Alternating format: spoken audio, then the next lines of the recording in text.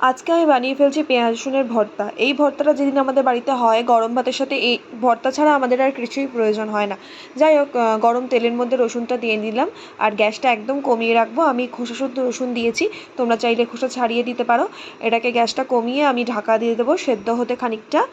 তারপরে সেদ্ধ হয়ে যাওয়ার পর আমি নামিয়ে নেব। তারপর তেলে দিয়ে দেবো শুকনো লঙ্কা, সেটাকে আমি মুচমুচে করে ভেজে নেব। আর শুকনো লঙ্কা ভাজা হয়ে গেলে তারপর তেলের মধ্যে দিয়ে দেবো কালো জিরে। কালো জিরেটা একটু ভাজা ভাজা হয়ে গেলে তার মধ্যে দিয়ে দেবো পেঁয়াজ। তো পেঁয়াজটাকে আমি একটুখানি ব্রাউন হয়ে ভাজতে দেবো, মানে একটু বাদামি হয়ে ভাজতে দেবো। তো যাই হোক, আমি তো এই ভর্তা বানিয়ে ফেলি মাঝে মধ্যেই, আমার ভীষণ ভালো লাগে এই ভর্তা খেতে। তোমরা কে কে ট্রাই করেছো এই ভর্তা সেটা আমাকে কমেন্ট করে জানিও। আর যদি কেউ ট্রাই না করো প্লিজ একটু ট্রাই করে দেখো, আশা করি তোমাদের ভীষণ ভালো লাগবে খেতে গরম ভাতের সাথে।